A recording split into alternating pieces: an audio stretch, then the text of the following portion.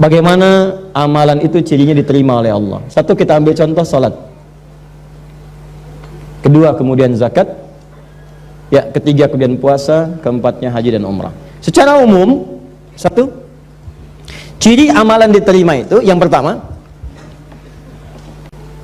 jika manfaat-manfaat dari amal itu bisa nampak dalam kehidupan. Manfaat-manfaat atau fungsi dari amal yang dikerjakan itu nampak dalam kehidupan.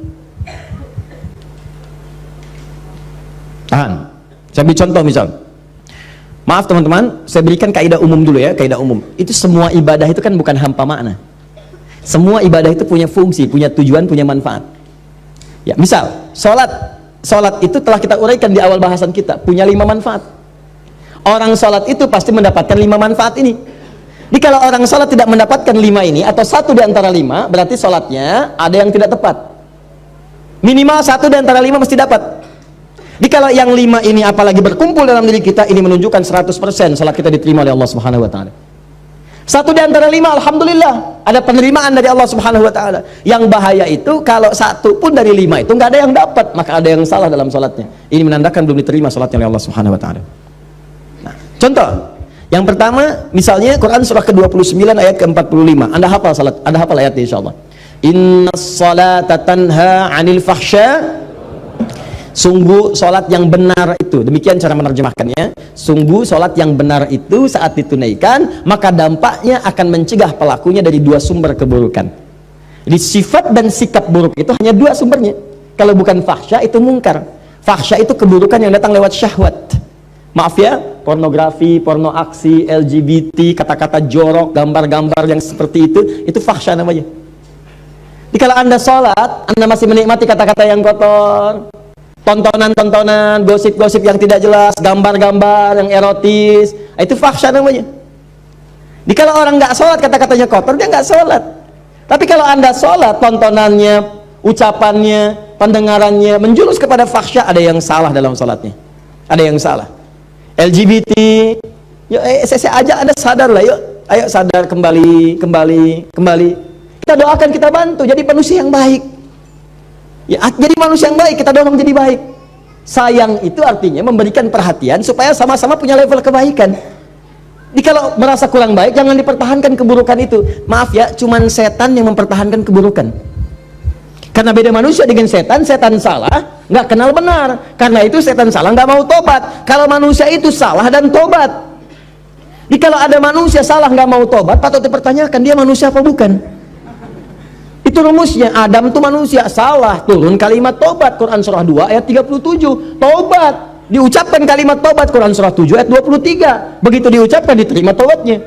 Fatalaqa Adamu min rabbi kalimatin fataba alaihi. Apa kalimatnya? Rabbana zalamna anfusana wa illam taghfir lana wa tarhamna lanakunanna minal. Begitu diucapkan, diterima tobat. Setan salah, diberi kesempatan tobat, Quran surah 7 ayat ke-12. Kata Allah, ma mana'aka alla tasjuda idh amartuk. Hei kamu setan, kamu salah, saya perintahkan nggak mau sujud. Kenapa nggak mau sujud? Itu kan perintah saya. Itu kalimat kesempatan tobat nggak diambil. Apa jawabannya? Ana khairum minhu, khalaqtani min narin wa khalaqtahu min tin. Saya lebih hebat daripada Adam. Saya diciptakan dari api, dia dari tanah. Nggak level, dari api harus sujud kepada yang tanah. Marah Allah. Allah fakhruj, keluar kamu, keluar. Nah, jadi setan itu diminta tobat, diajak baik, nggak mau. Kalau manusia itu beda, diajak baik jadi baik. Ya, jadi kalau Anda misalnya mendapati keluarga, teman, kawan, kemudian dia salah, diajak untuk jadi baik, nggak mau, itu tandanya bukan. Tandanya dia sedang dipengaruhi oleh setan. Bukan tandanya dia setan. Ibu punya suami, diajak baik, bapak jadi baik dong pak. Mama ini ngajarin papa, setan. Bukan. Ada pengaruh di situ. Jelas ya?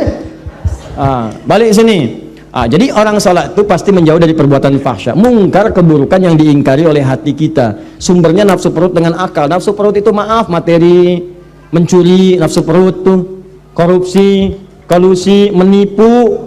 Nggak ada orang salat nipu. Mustahil. Ini yang paling aneh, orang sholat dia ikut sholat baru takbir keluar mencuri. Wudu, habis wudunya apa? Akhi, apa kabar? Dipakai juga. Sholat takbir, begitu takbir khusyuk kelihatan. Rakaat pertama mundur, tas orang diambil. Ada yang mundur, kotak infak di bawah. Ada yang salah, mustahil. Orang sholat itu kalau habis sholat dia ingat Allah. Kalau orang ingat Allah mustahil bermaksiat. Quran surah 4 ayat 103. Fa idza qadaitumus salata fadhkurullah. Kalau sholat kamu selesai, kamu akan ingat Allah. Jadi kalau orang ingat Allah nggak akan maksiat. Anda selesai sholat, pergi ke kantor, ya di musola, pulang, ba'da sholat, kembali ke pekerjaan. Maka saat bekerja nggak mungkin maksiat, nggak mungkin, mustahil. Nggak ada tangan mudah menggerakkan, angka bertambah, tanda tangan kwitansi dinambah, cek kosong, diisi nggak benar, broker macam-macam, itu mustahil orang sholat demikian, mustahil. Datang duduk, datang orang, Pak, ini Pak, tanda tangan, mudah aja nggak ada, dia akan lihat, Allah salah ini, maaf mas, saya malu dengan Allah, kenapa? Tangan saya ini baru dipakai tahiyat, masa kemudian digunakan maksiat? Jari saya jadi tahiyat, nggak akan dipakai untuk maksiat, silahkan ambil. Begitu Anda katakan, diceritakan pahala oleh Allah, pahala. Dan ingat ya, pahala itu bukan cuma lahir dalam perintah, tapi larangan. Ketika Anda dikerjakan itu dapat pahala, segera berdoa, ya Allah, mohon pertahankan keluarga saya dari perbuatan maksiat, jauhkan dari godaan setan. Jelas ya? Kembalikan. Nah ini cirinya, jadi fahsya mungkar hilang. Nah, jadi kalau selama ini Anda ibadah, ciri itu tidak ada yang salah. Zakat, saya cepat. Zakat itu ciri penerimaannya jika ada perasaan dalam hati kita sudah tidak loba lagi dengan harta. Ya, tidak loba dengan harta. Suka senang berbagi, lebih tepat guna, lebih proporsional, lebih punya visi. Allah kasih saya kebutuhan, ya Allah terima kasih, sebulan 50 juta. Ternyata kebutuhan saya cuma 30 juta. Dia evaluasi. Berarti yang 20 juta itu bekal saya ke surga. Maka turunlah Quran surah ke-28 ayat 77, paling kiri sebelah bawah. Wabtaghi fima atakallahu daral akhirah wa la tansa nasibaka minad dunya. Kata Allah, "Hei, fulan, saya titipkan harta buat ngejar ke surga, karena amalan kamu itu nggak sama dengan dia. Dia itu kelihatannya sedikit, tapi malamnya bisa tahajud, siangnya bisa puasa, baca Quran sudah banyak, hafal Quran di dalam jiwanya, dalam kepalanya. Kamu ini saya berikan harta lebih, karena tahajud gak bangun-bangun, baca Quran belum mampu, hafal Quran pun di luar kepala, masih di luar, belum masuk. Saya berikan tambahan harta supaya nyusul amalan dia." Diberikanlah harta berlimpah, masuk, dipakai. Makanya ketika kalimat itu turun, kalimat Qurannya wabtaghi fima atakallahu daral akhirat, cari negeri akhirat dengan harta itu. Sedekah, infak. Makanya orang-orang yang telah lulus ujian dengan harta itu, jadi orientasi mengejar peningkatan omsetnya itu untuk jadi akhirat, Bu, Pak. Betul, bagaimana bisa zakat kalau nggak ada uangnya? Bagaimana bisa bersedekah kalau nggak ada uangnya? Setiap kita punya peluang, teman-teman, kalau bisa ya, punya visi. Saya juga berusaha sama, walaupun cuma 3.000 misalnya, berusaha jadi uang tambahan 3.000 supaya bisa infak. Bagi 3.000, bagi dalam sebulan, sehari 100, nggak apa-apa, sehari 100. Dan ikhlas tuh nggak usah pamer sama orang. Mau ngasih ke kotak infak cuma 100, nggak apa-apa, ikhlas, nggak usah pamer. Ya begitu dimasukin dalam Jumatan misalnya kan, bagaimana caranya supaya tidak terdengar oleh orang lain, ikhlas, lega, masuk, nggak apa-apa, Allah nggak akan lihat kok nilainya. Berdasar keikhlasannya diberikan apa yang mungkin orang lain tidak dapatkan itu. Jelas ya? Teruskan kemudian, maaf, puasa cirinya peningkatan takwa, la'allakum tattaqun, itu sudah saya jelaskan. Kemudian haji dan umrah cirinya, ini yang sudah haji, maaf sekali, kalau sudah haji berarti insya Allah ahli surga. Ya, kalau syarat-syarat diterimanya ibadah itu nampak dalam diri kita. Apa syaratnya itu? Disebut dengan birrun namanya. Birrun itu sifat baik yang muncul setelah yang jeleknya hilang. Makanya Anda dalam haji dan umrah, terutama haji, kan itu menghilangkan sifat buruk. Coba Bu, Ibu kan kalau haji, apa amalan pertama yang dikerjakan dalam haji? Wukuf kan? Wukuf di Arafah. Kenapa disebut Arafah? Mengenal kekurangan-kekurangan diri untuk mengenal Allah. Makanya sebelum berangkat haji itu, nih yang mau haji nanti ya, kan kami tiap tahun buka nanti pendidikan untuk manasik, bebas terbuka untuk siapapun. Jadi diantara caranya begini, sebelum berangkat catat dulu kekurangan kita, tuliskan. Lihat di cermin, kurang apa? Tanya suami, tanya istri, tanya anak, tanya tetangga, saya kurang apa? Papa, mama ini merasa tidak sempurna. Memang, misalnya. Bapak tolong dong Pak, jangan bercanda, sampaikan kekurangannya gitu kan. Ya sudah, ayo mama tulis nomor 1, tulis, gak apa-apa. Nomor 2, nomor 3, mama nomor 1 hapus aja, itu sudah nggak jadi. 2, nih kan, terus kan. 3, bisa tuliskan tuh 4, terus diurut sampai selesai. Misal contoh kan, ya karena mama sudah berubah yang itu, nggak apa-apa, itu tinggalkan aja, mama masuk ke yang selanjutnya, tulis tuh 1 tuh sampai habis. Nah begitu sudah selesai, datangi anak, udah gitu datangi tetangga, tanya. Begitu berangkat kemudian haji, datang ke Arafah, antum wukuf itu diam berkontemplasi, diam renungkan, ya Allah saya salah, terjebak ya Allah, minta ampun. Datang ke Muzdalifah itu dikata izdalafa, sesuatu yang membuat terpeleset. Ya datang ke Muzdalifah, ini yang menyebabkan saya sering terpeleset. Apa itu? 3 faktor. 1, diri saya sendiri, Aqabah. Yang kedua, lingkungan sekitaran yang dekat, disebut dengan wusta. Yang ketiga, yang jauh, ula. Walal akhiratu khairul laka minal ula. Kadang-kadang maaf, perbuatan buruk itu bukan karena orang lain, karena diri sendiri nggak bisa nahan nafsu. Teman lewat nggak negor kita marah, bukan karena dia nggak negornya, karena Anda tidak bisa menahan amarah Anda. Kalau Anda bisa tahan, enak, husnudzon, oh mungkin dia sedang buru-buru atau mungkin sedang sakit gigi. Ya, besok dia lewat, kita sapa, dia nggak nyapa, kita sapa. Jeng, apa kabar? Iya, maaf kemarin saya nggak nyapa, saya sedang buru-buru, aduh mohon maaf ya. Nah nggak apa-apa, tapi saya takut nanti disebut nggak sopan. Nggak apa-apa, biasa aja. Aduh kau baik amat, si amat aja nggak baik gitu misalnya. Nah, jadi enak gitu, ada hubungan yang nyaman, jalan, lihat lagi ya. Ada faktornya itu, dirinya bagus, cuma lingkaran sekitaran nggak bagus. Bapak bagus, istri kurang pengertian, repot. Papa kan bupati, Pak, membayangkan, kebayang enggak mah. Coba lihat tuh, camat aja Pak Si Hasan mobilnya udah Alphard, masa papa yang bupati masih Innova? Terus keluar kalimat itu tiap hari tuh, keluar. Apalagi yang istri camat tadi sering posting di Alphard, gitu kan.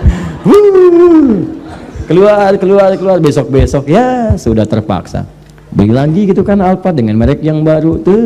Keluar, pekan depannya KPK datang. Lihat, kadang lingkungan sekitar ada Pak, bayangkan karir suami habis karena pengaruh pasangan, atau istri yang baik punya suami yang kurang bagus. Kan ada orang yang sudah berhasil ya, from $1 to $1 billion company, modal $1 dia menghasilkan jutaan dolar untung, cuman karirnya hancur gara-gara pasangan hidup. Sama istri bagus, berhijab bagus, indah, punya pasangan kurang baik.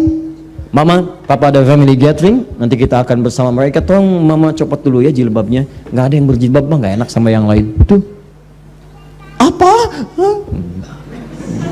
Katakan dengan yang lembut, Pak, pekerjaan itu sudah diatur, ajal kita juga kurang jelas Pak, mungkin di pertengahan kita wafat. Ini kerudung sudah dipakai 30 tahun, amanat mama almarhumah.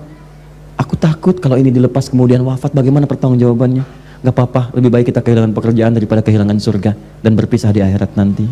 Wah, catat. Itu indah. Daripada lu apa-apa marah, apa? Jelas ya? Atau ulah, maaf, istri baik, suami baik, diri baik, cuman orang-orang jauh yang baru dikenal memberikan pengaruh yang tidak baik. Pindah tugas, begitu pindah tugas ketemu orang-orang gak baik, baru datang sudah dibawa ke arah pencolongan, pencurian, pemalingan dan sebagainya. Itu yang membuat tidak baik. Nyampe ke sana lempar, begitu nyampe Aqabah, Bismillahirrahmanirrahim, lontar. Wusta, lontar. Ula, lontar. Begitu dilontar, hilang. Pulang ke tanah air jadi baik. Ya, mabrur, baik. Yang merubah yang jelek disebut dengan birun, jeleknya hilang, baiknya muncul. Maaf, marah hilang, sabar muncul. Sombong hilang, tawadu muncul. Muncul yang baik, hilang yang jeleknya, birun. Melekat dalam diri. Kalau melekat pada diri seseorang disebut mabrur namanya. Mabrur. Maka muncul istilah haji mabrur. Haji mabrur itu bukan haji yang diterima, tapi haji yang bisa merubah perilaku orang itu dari buruk menjadi baik. Makanya orang Arab menyebut haji sifatnya dari kalimat Nabi, haji mabrur. Lekatkan mabrurnya, maksudnya begini, Pak Haji, bukan gelar, karena tidak ada ibadah yang melahirkan gelar. Apa ada kemudian Bapak Hasan sholat, kemudian misalnya infak, misalnya haji, lalu dapat gelar SHI, sholat, haji, infak? Kan nggak ada. Saya belum pernah dengar ada orang sholat sebelum Bapak sholat, Ustadz sholat, ada hidayat, nggak ada. Silakan cek, nggak ada, biasa saja. Haji pun bukan gelar, haji itu pengingat dari kalimat hajjul mabrur laisa lahul jazaa illal jannah. Haji yang bisa merubah seseorang jadi baik, nggak ada pahala padanya kecuali surga. Maka ketika dia selesai haji, orang Arab mengatakan pada orang yang kadang-kadang kurang komitmen, baru datang ke imigrasi sudah marah-marah, mana koper saya nih, gini dasar Arab, dasar ontak, dasar begini, keluar kalimat yang gak bagus. Kata orang Arab, yang kata orang Arab, Pak Haji, maksudnya Bapak sudah haji. Jangan keluar lagi kalimat itu, jangan gadaikan surga dengan maksiat yang kemudian tidak seharusnya muncul. Jadi kalau dipanggil Pak Haji, jangan bangga dulu. Saya tuh kalau dipanggil tuh takut saya. Ustadz, Haji, Adi, astagfirullah. Haji saya diterima nggak ya Allah? Diterima nggak? Ini kadang-kadang bangga. Nama Doni, habis Haji, lewat. Pak Doni, lurus saja. Pak Haji Doni,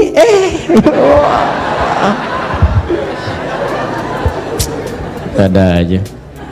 Nah gitu ya. Nah, jadi ini kurang lebih. Jadi kalau ini sudah muncul dalam diri kita, ini gambaran amalan kita diterima oleh Allah Subhanahu wa taala. Jelas? Nah, yang terakhir, apa syarat amalan itu diterima? Nanti itu kita bahas di pertemuan berikutnya insyaallah.